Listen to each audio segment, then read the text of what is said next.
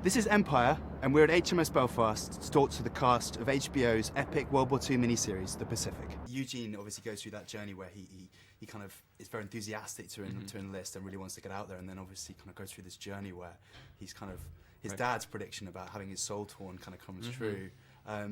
Did you go on a similar journey, sort of experiencing some of these things secondhand, I guess, in his shoes? I had the benefit of Eugene going through it first, because with his book and reading his book and reading like how he felt about everything and how brutal it was and how matter of fact he spoke about it, I kind of knew going in that this was not going to be a parade or just all saluting and horns trumpeting and things like that. That it was going to be pretty tough.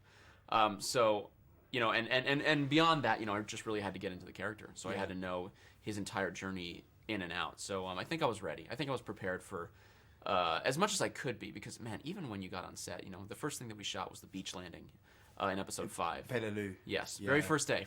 That was when you were in the bowels of that landing craft vessel. Yes. That's your first. Yes, that was my first day. Is us on the water doing the beach landing, and when I saw the explosions go on that beach and had to be like thrown over the side and fall down and roll onto the beach, it was just like, I was like, wow, this is so real. What did you see when they opened the doors of the thing? It's a great shot in the sea. Oh, right, where they opened that up. I'm thinking more of actually on the beach. Oh, on the beach, yeah. Because then it was like really inside of it. It was choreographed, but at the same time, it was choreographed in silence without any of the explosions because they take an hour to set up.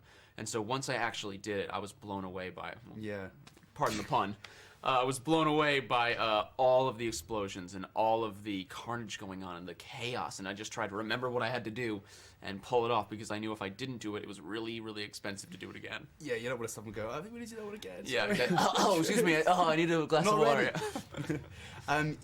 Obviously, Jurassic Park going way back. I mean, you've been acting since you were 7. You must be like ready for retirement? Take a break? Sure. I've actually been acting since I was 5. Oh, right, okay. Isn't that ridiculous? Wow. Yeah, you've had a full career already. 22 in your years. 20s. I don't know what I'm still doing here. I don't know why I'm still doing this, putting myself through this, but I must be crazy. I just love it. It's I've never found a place where I'm more comfortable than on a movie set. I mean, I just love working with amazing directors, being able to be different people, go from being a Marine in the Pacific to be a computer nerd in the Social Network, and and anywhere in between. And so it's those thrills that keep me coming back, I think. And I don't know, I get antsy if I sit around too long. Yeah, and I know it was a difficult process auditioning for you.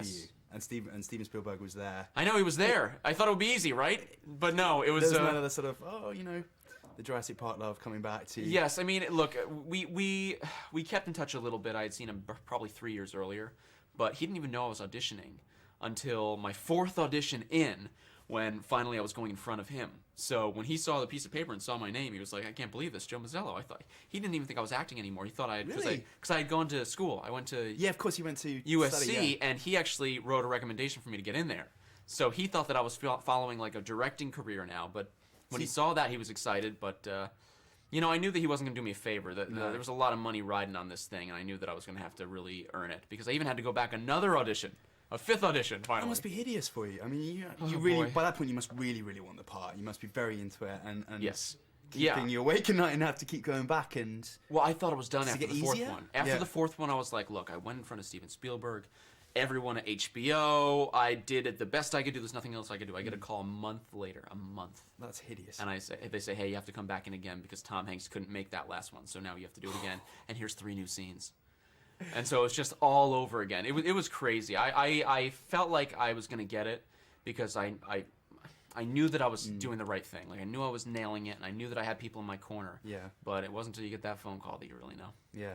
Well, I mean, terrific. I mean, I love this. I've seen it twice, and absolutely. Oh, you have? Yeah, I loved it. And there's so much more I'd like to ask you about it. But I guess probably a good way to just last question to wrap up. I just wondered if you'd had any what the most kind of the veterans that have given you feedback. I know that you were. Eugene Sledge's family you've spoken to, but were there any veterans that have come up to you and given you their thoughts on the show since its broadcast? I mean, we've gotten a great feedback. We've gotten a really positive feedback. I think it brings back a lot of memories for a lot of veterans. I spoke to, this is so heartbreaking. I spoke to a veteran who's talked about Peleliu. He's like, yeah, I fought on Peleliu, and so did my brother, but he only fought for 2 days because he was killed 2 days in. But in classic that generation, that kind of veteran fashion, he then says, well, I guess, they say only the good die young, which explains why I'm still here. And that's like that's the spirit that they have. That's that attitude that like just inspires me, and it's so emotional for me because they go through these just horrendous things, and then they come out of it and they try and make a joke and just kind of go on with their lives, and it's amazing that they can do that because they're not professional warriors. They're painters and they're mechanics and plumbers. And my grandfather served in the Pacific. He owned a deli for his whole life, and it's like these regular guys that go and do these extraordinary things and then come back and have to deal with it. Trying to pick up pieces. It boggles my mind the way they were able to do it.